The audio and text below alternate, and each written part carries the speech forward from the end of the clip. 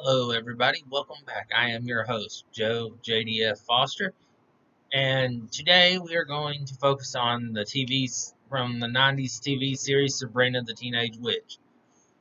And in case you are wondering, I will make mention towards the other versions of Sabrina, but I will not be focused on them. But I will focus mainly on the show itself in the 90s TV series. The show started in 1996 and ran until 2003. And okay, also for those of you who are new, like and subscribe if you enjoy this. If not, thanks for viewing. Also, tell your friends and have them visit if you think they'll enjoy. Now back to what I was doing. Now on to the cast. You have Melissa Joan Hart in the title role of Sabrina, despite her being in her 20s when she took this role. And she appears in all 163 episodes. People would more likely know her from in more recent times for the shows No Good Nick as the character Liz, Melissa and Joey as Mel Burke, and the animated series of Sabrina the Teenage Witch, where she actually played the aunts rather than Sabrina. And where I actually know her from, when I was a kid, I first watched her was actually as Clarissa Darling on the 90s TV show Clarissa Explains It All. Next on the list is Nick McKay, who played the role of the cat Salem Saberhagen, he was also in all 163 episodes. And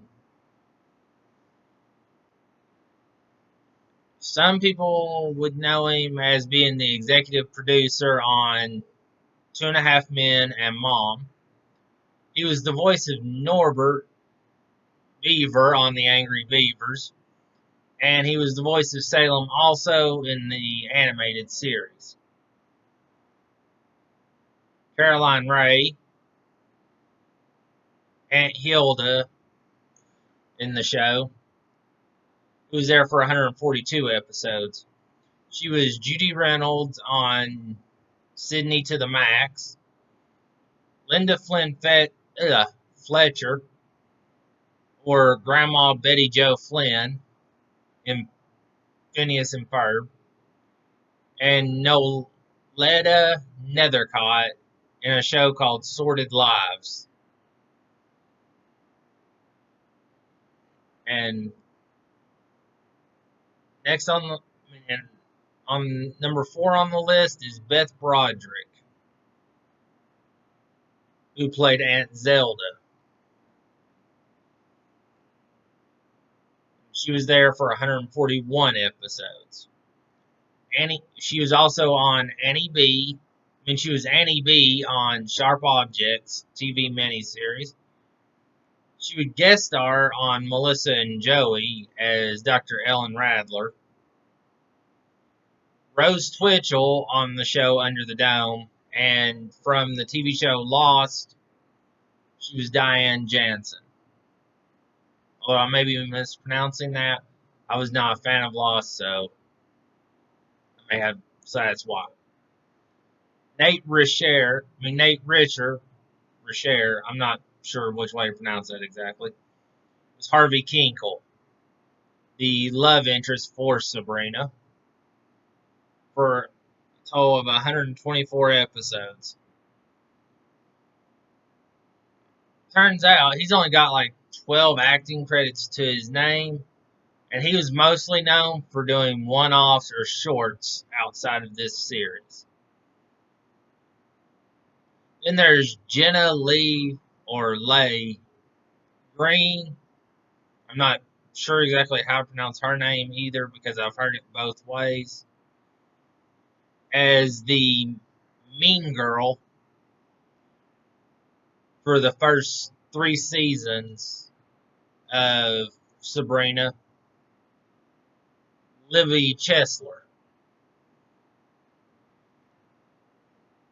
She was Irina Briganti on The Loudest Voice, Kelly on the Wisco Queens,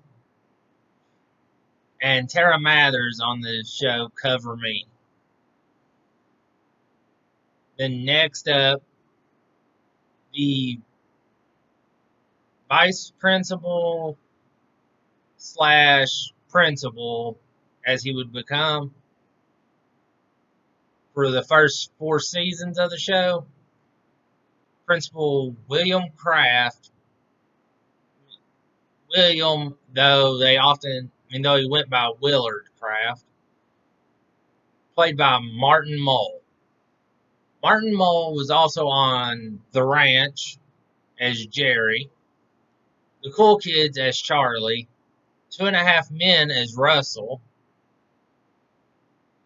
I don't remember who Russell was on 2.5 Men, so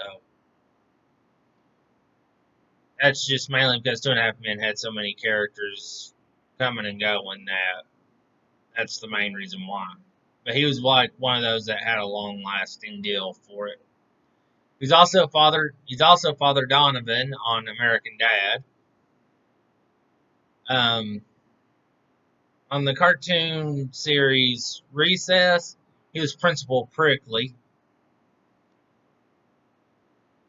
And in the 90s, during the time it ran, the original Roseanne, he was Leon Carp, who would play a big role in the series, even though he wasn't on it that often.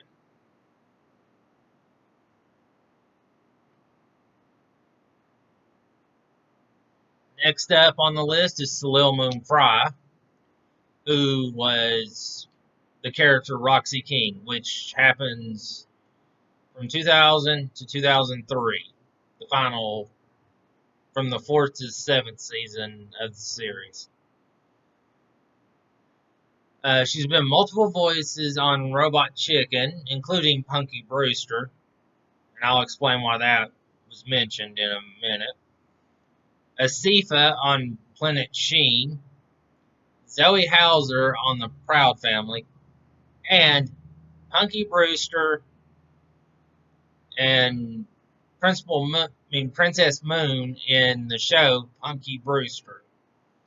The reason, like I said, her being Punky Brewster on Robot Chicken makes sense due to her being Punky Brewster when she was younger, when she actually was on the show as the character.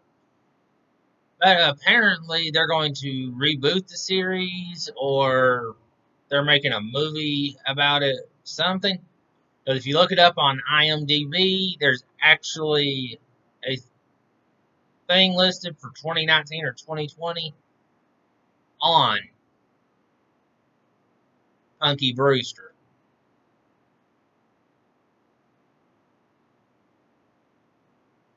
And final person I'm going to list is Alyssa Donovan, who played the role of Morgan Cavanaugh during the final, from season 4 to season 7. She was also Gail Evans on the show In Gail We Trust, Nadine on the Whole Day Down, Leslie on the TV series The Lake, Amber Marins on both the movie and the TV series of Clueless, making her one of the few to actually make that transition in the case of Clueless. Ginger LaMonica on Beverly Hills 90210, and also big hit movie from the 90s, A Night at the Roxbury's, Cammy, one of the girls who was with the main stars in the movie, with Will Ferrell and Chris Kattan's characters in the movie for a brief moment. They're the gold digger types. Sorry for that spoiler, but if you haven't seen the movie, you should have at least heard of it to some extent and how she applies to it. And I'm sorry, there was actually one more, and that's Emily Ann Hart, who played Amanda and the young Sabrina. And she was actually in every season of Sabrina from 96 to 03, but she was in less than 10 episodes.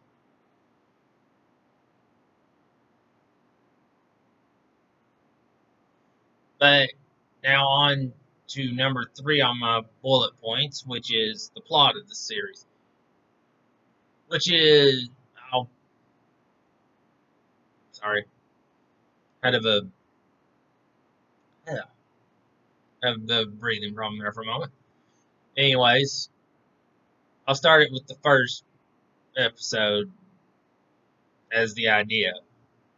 16-year-old Sabrina wakes to find on her birthday that she's a witch.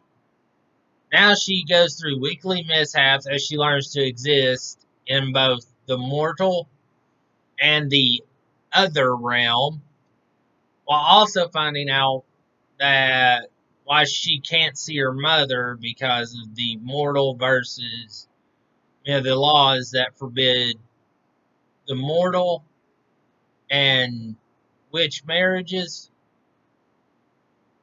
I mean relationships that resulted in her birth, but also because it before she sees her before her 18th birthday, Sabrina's mom will be turned into a ball of wax. I know I went into more detail than I should have. I should have just stopped after the existing in both worlds, but I felt the part about her mother being thrown in was somewhat important because it explains how she came to live with her aunts.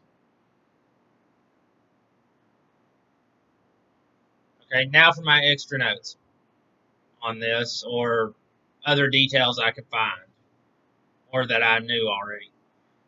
As most people know, Sabrina comes from the Archie comics, same as Josie and the Pussycats, like the TV show Riverdale, any of those. Especially, but unlike those that are becoming more popular, she was nowadays she was based off of the original light-hearted comical ones. Um, most of the okay, and the Netflix series that came out, known as The Chilling Adventures of Sabrina. Like I said, I would be getting to this. That's actually based off of a later special series that came out. It was a mini issue set that came out called that had to deal with zombies and um, witches and a pet cemetery type thing. And because people liked, I mean, the readers actually bought so many of it, the creators of the comics that were in charge of it, of the Archie comics, actually decided to reboot the series with the darker image, which led to the Chilling Adventures of Sabrina, in which it was more darker, leading to the Netflix series that we now have. Also, before it was the TV series, but after the comics, there was the movie Sabrina the Teenage Witch. But the movie had the traditional ideas of the movie sequence where it was like a story being told, and it had love, and it had comedy, some moments here and there of other genres thrown in. It was mainly for the teen style. The show was more slapstick comedy nature, and even had a laugh track during the first season installed. Also, the movie itself, as this is a rumor, so it's not 100% guaranteed to be true. The movie was actually titled Sabrina the Teenage Witch because, by chance, at that same time, there was another movie that was released called Sabrina. But I think this also could have been due to the fact that way back in like the 60s or the 70s, there was a movie called Sabrina, if I remember correctly.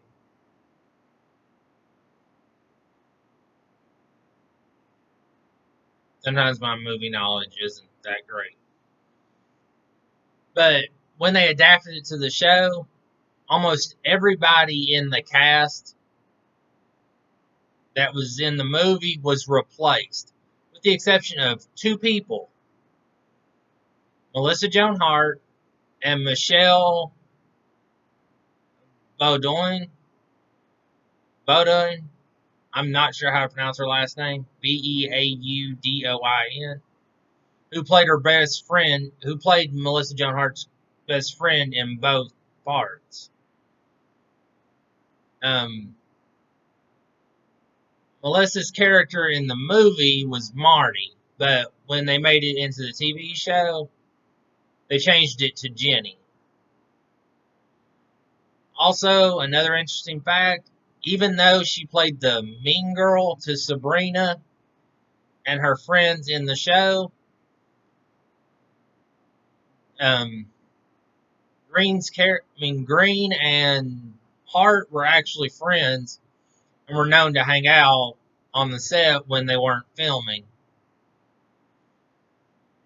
And as I stated before, Nick McKay and Melissa Joan Hart were the only two characters, were the only two people, even though Nick McKay was never actually seen in human form, as he was the voice of Salem. Saberhagen the cat.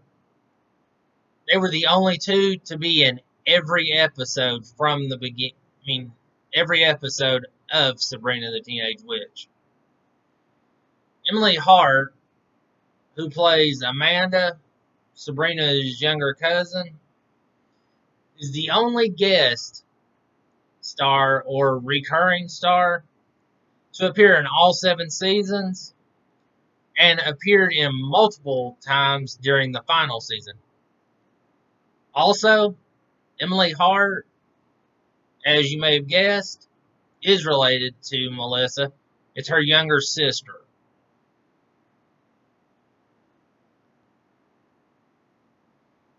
Now, there is a rumor, and I couldn't find this anywhere to confirm it. I couldn't find anywhere else that confirmed or denied this. So that's why I stated it as a rumor. Melissa didn't have to audition for the role of Sabrina because her mother, Paula, who was the producer of the show, actually owned the rights to the Archie comic adaptations of the show. I mean, of the Archie comics adaptations of Sabrina.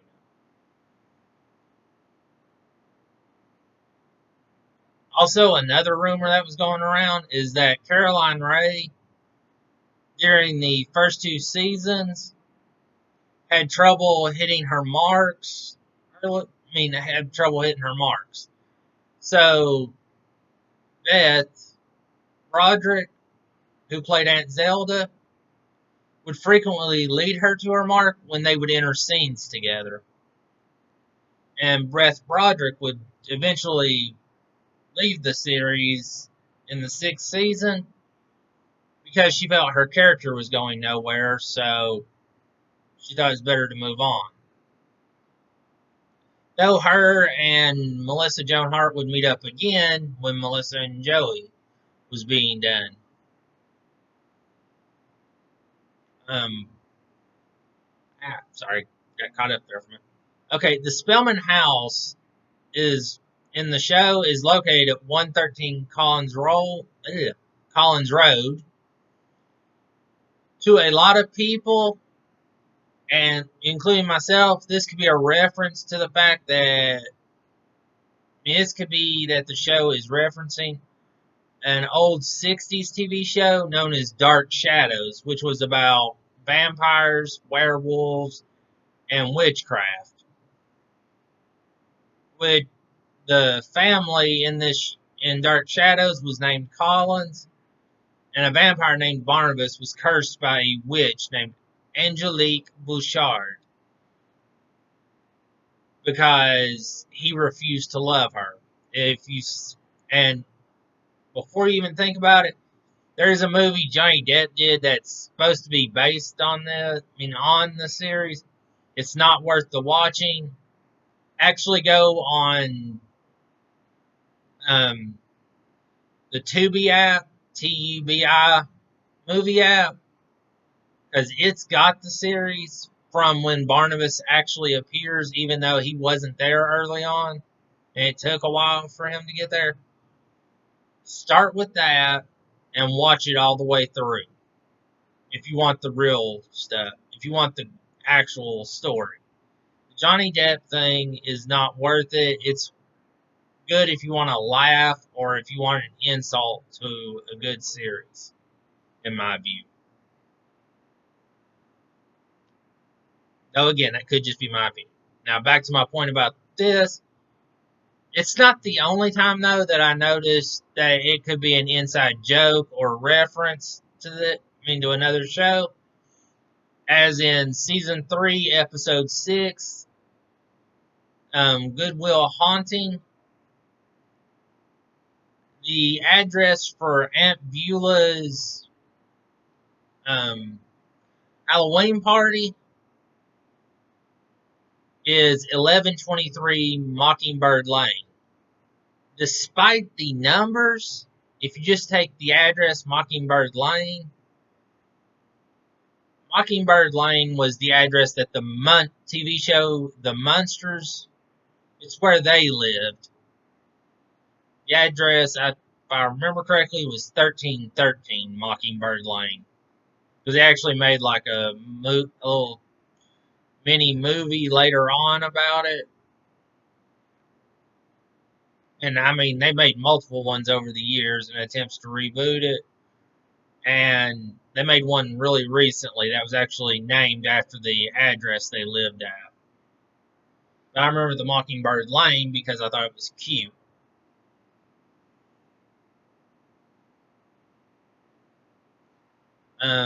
Another rumor I came upon is that the zip code they used on the show for Westbridge is actually a zip code for Salem, which supposedly is known as the Witch City.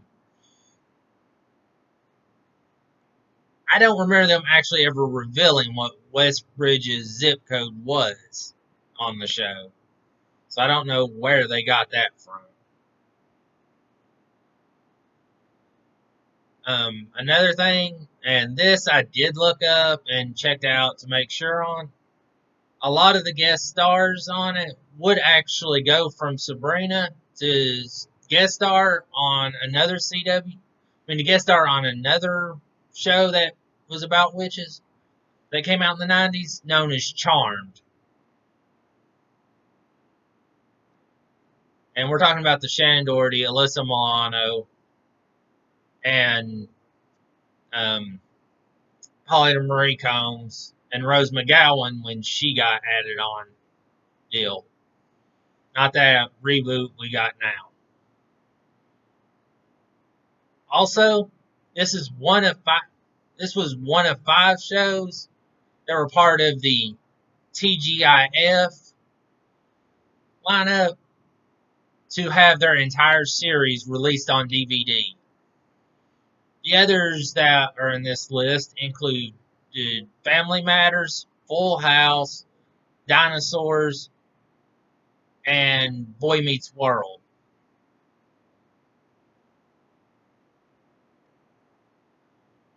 Something I didn't know and I can't confirm, so this is why I listed it as a rumor, is that with the Chilling Adventure The Chilling Adventures of Sabrina having come out. This is the only time that a series, that a sitcom was rebooted to be an hour-long drama with the Chilling Adventures of Sabrina.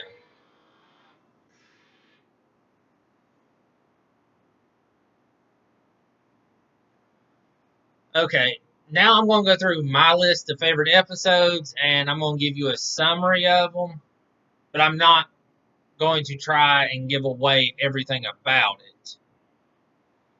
So I will say that there's the potential that this is seen as spoiler alerts, so you may want to skip ahead a little.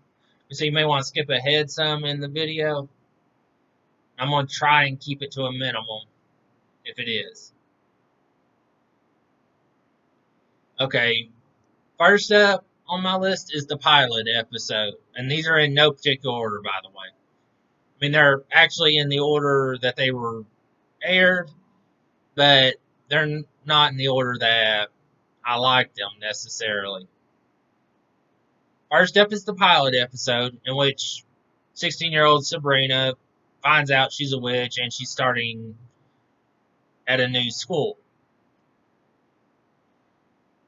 Second one is season 1, episode 4, Terrible Things. Sabrina tries to use her magic to do nice things for 3 people, only to find out that consequences are still there and that it doesn't always work out the way it should. And then season 1, episode 9, Geek Like Me. The Sabrina decides to give the mean girl Libby a taste of her own medicine and show her what it's like to be an outcast.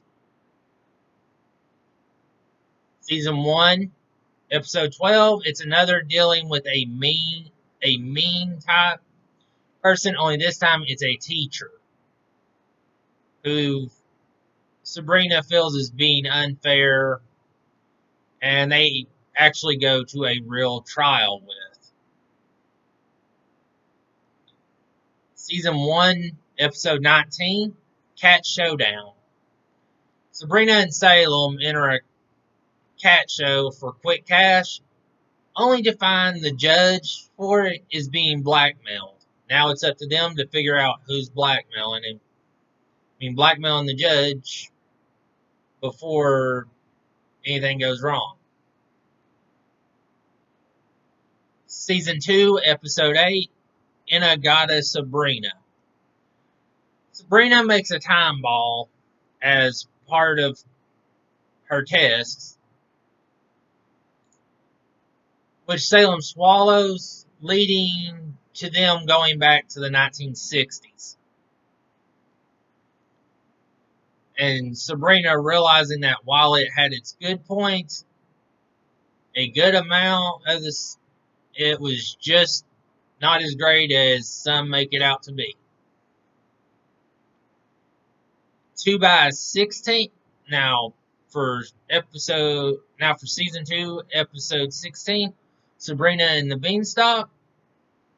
Harvey and Sabrina end up going up the top of a beanstalk and meet the hungry witch at the top, who's played by Shelley Long, who many would remember from the TV show Cheers as the character of Diane. And she actually held up really well looks-wise, and she looked especially nice with darker hair, I have to admit.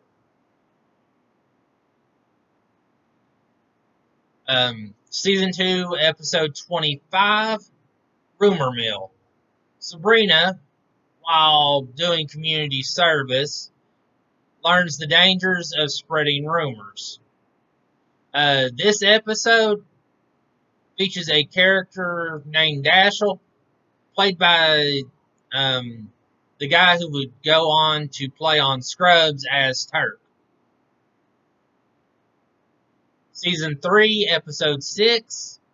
While Sabrina's aunts go to the Aunt Beulah's Halloween party at Mockingbird Lane I mentioned earlier, Sabrina throws a Halloween party and it gets some very interesting guests and one terrorizing talking doll. Season 4, Episode 20, entitled She's Back. Sabrina's cousin Amanda visits, being nice to Sabrina, and it actually raises suspicion. The reason for this raising of suspicions, I will go ahead and do a spoiler alert on this one, is because if you've seen the previous episodes which featured Amanda, you'll see how much of a brat the child is and how mean she is. So her showing up and being nice was a warning sign to begin with.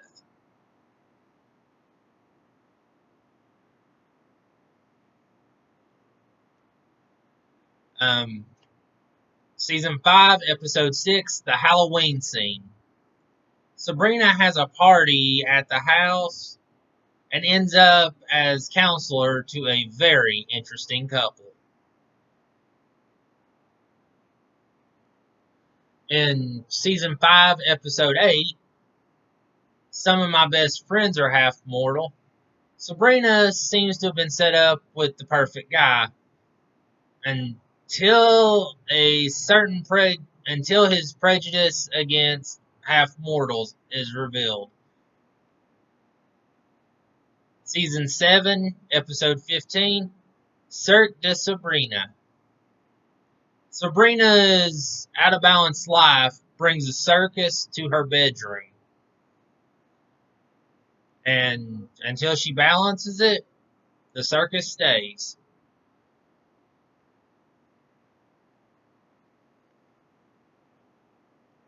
7/19, You Slay Me. Sabrina must talk to Cinderella after she begins to grow a dragon's tail. 7/20, A Fishtail. And Irma returns, finding Sabrina's marrying a mortal, Aaron, and turns him into a fish. While Sabrina tries to find a way to break the spell, Harvey is presented with an interesting offer. And that's my list of favorite episodes, and I tried to avoid giving spoiler alerts into giving spoilers in it, but I know by giving the plot to them, I probably gave away a lot of spoilers. And it's not really great, but I also feel it's not fair to not tell you about the episode and why what happens in it is important to make the episode important. No, when you give the plot to it, it helps to make the episode important as it explains why. Now for my good and bad. The good things about this were that they were short weekly episodes. And a number of them taught lessons without ever actually throwing the lesson down the viewer's throat. And laughs were guaranteed to some extent, even if they were small at times. The bad for this is that it focused mainly on the idea of a lesson or monster of the week style episode, so you never actually got like full drawn out storylines.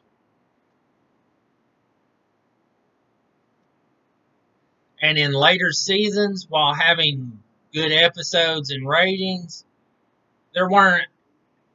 they didn't seem as good to me personally as they could have been. Some of them seemed like they could have been done better, or that some of them didn't have to be there and it still would have worked. My recommendation for the series is watch it with your family, your friends, or by yourself. And I do believe that there is an episode that everybody who watches will like. Not necessarily that they will all like the same episode, but that there's an episode that everybody will enjoy. My overall grade, taking off for personal taste on the episodes I thought weren't good or that they could have done without, I give it a B plus. So now tell me what you thought of the series, or also tell me what you would like me to review, and as I've stated before, if I can, I will. If not, oh well, but like I said, I do read your comments, and I comment back if I find a reason to. If I find that a reply is the right thing to do. And I will give you credit if I do take your review if I do take your choice into account and actually do a review on it. Till next time.